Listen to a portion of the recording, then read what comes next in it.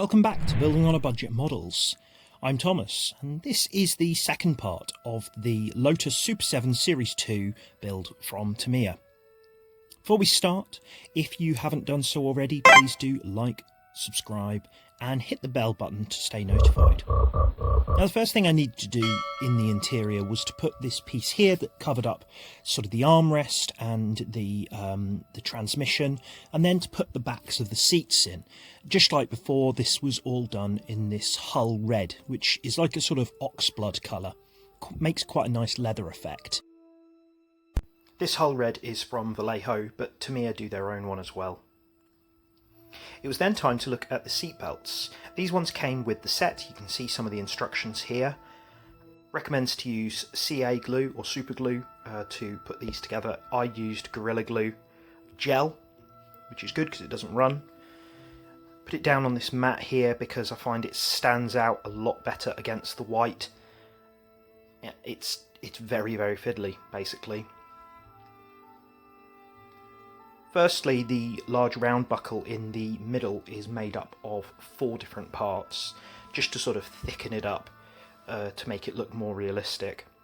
I did actually lose one of these circles on the other one, but I found that it didn't change the appearance of it too badly.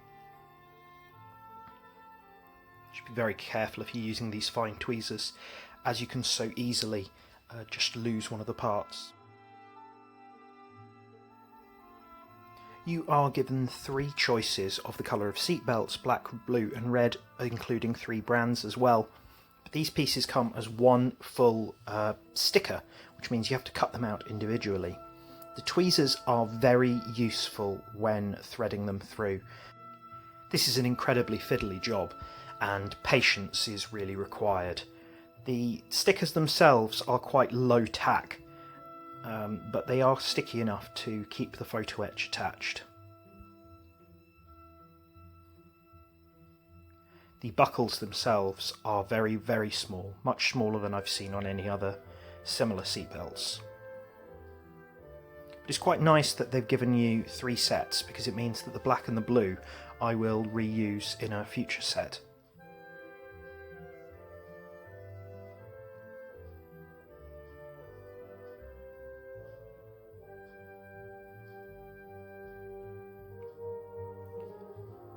As you can see here, I used the same hull red for the seats. As some of the belts had lost a little bit of their stick, I put a little bit of CA glue on the underside of the belts just to stick them down. But I didn't do it too firmly to give them the sense of, you know, a bit of weight to them. Both of these seat pads are identical, and if you lose one of the buckles like I did, you can just put the corresponding belt over the top of it, and you won't notice the missing buckle. And there we are, I'm pretty happy with that. As you can see here, they're both done. And then the shoulder straps, 4 of them, they're all identical. Here are the remaining pieces of the photo etch. So this is made out of 2 pieces of belt. I've just shown you me making one of them here.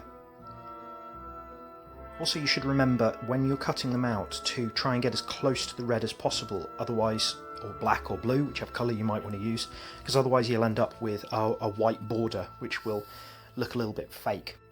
Also, I'm only peeling off the backing where I'm trying to thread the buckles, because the other places I am keeping the backing on so that it doesn't lose too much of its tack.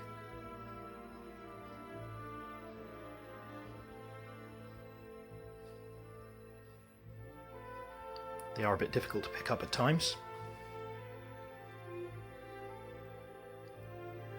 Here we are, it's threading through the middle, and then you have to kind of fold it over. This is where the stickiness can be a little bit irritating, because it can stick to itself in the wrong place. And now that that's gone through, I will then peel off the blue backing paper.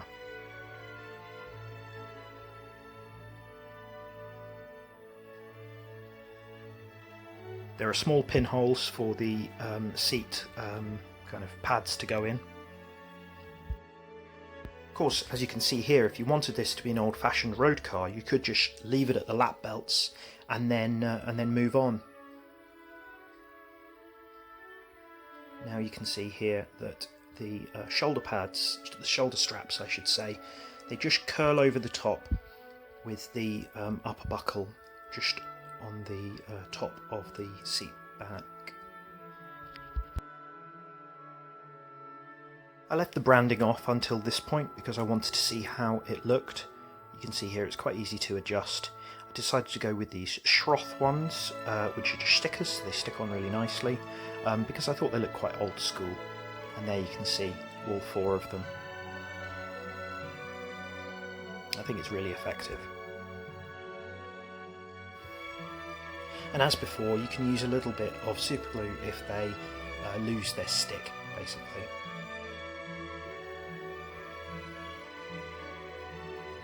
And here you can see the leftover Sabelt and Willans logos with the blue and the black belts. I think this looks good. Let me know if you will use them if you're building this kit.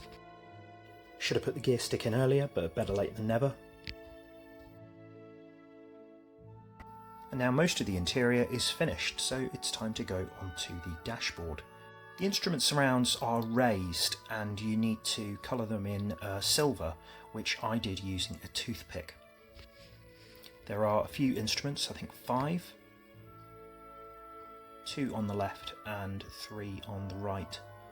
Use a little bit of micro sol as well as the end of my toothpick and tweezers just to get them into place. I've enjoyed doing these convertibles recently because you really get to show off the detail you go to with the interior. I'm pretty happy with this. I think maybe it could be a little neater, but you know, I think it's good enough.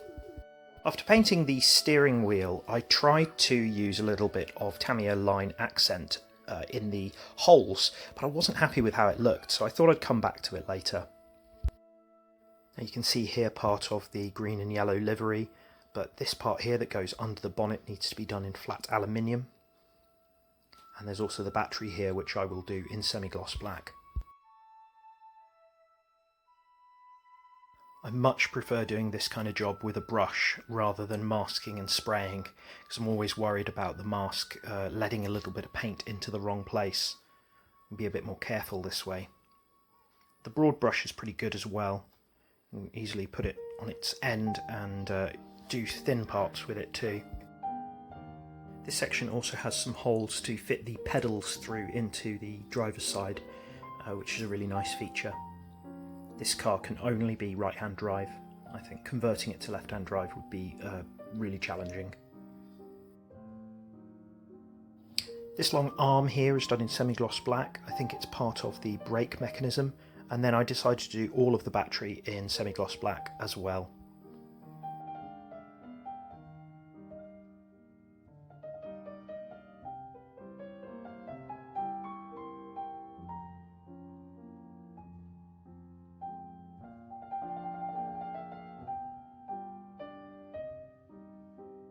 This arm here is part of the steering mechanism.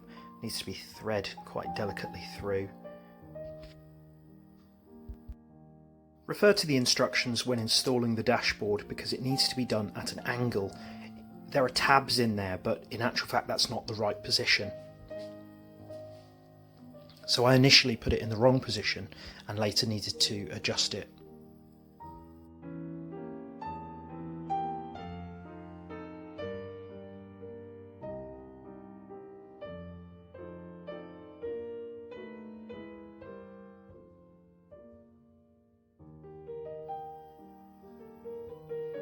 I used some yellow gloss to put onto the tops of the battery.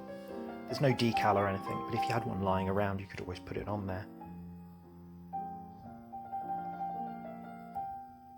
Here are the pedals which come with a kind of hydraulic bit.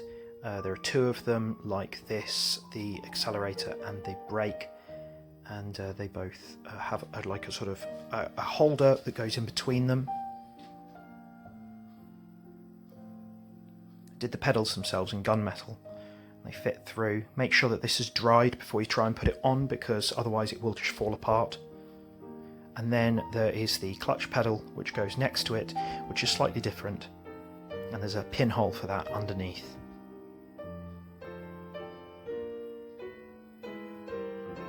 I'm pretty happy with how this looks.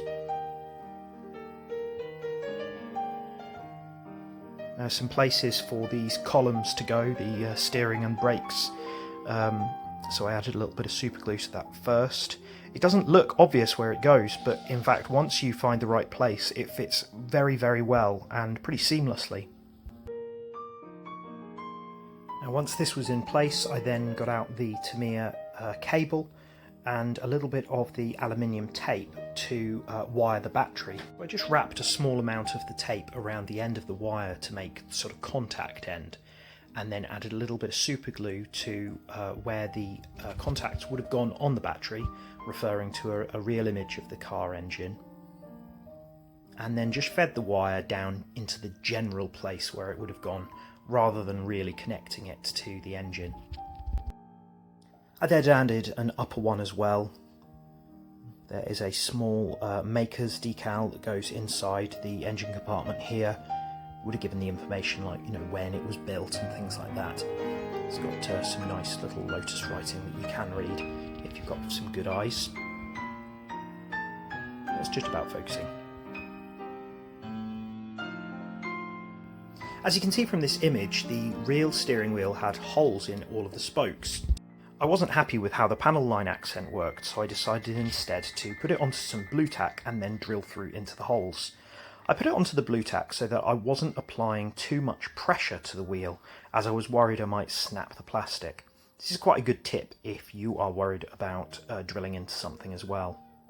There you can see, I think that's pretty effective. I then put it into place using a little bit of super glue.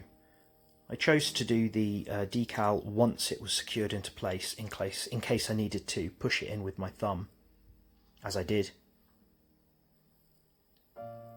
And then I put a little bit of micro set into here before adding the first Lotus badge that went onto the car.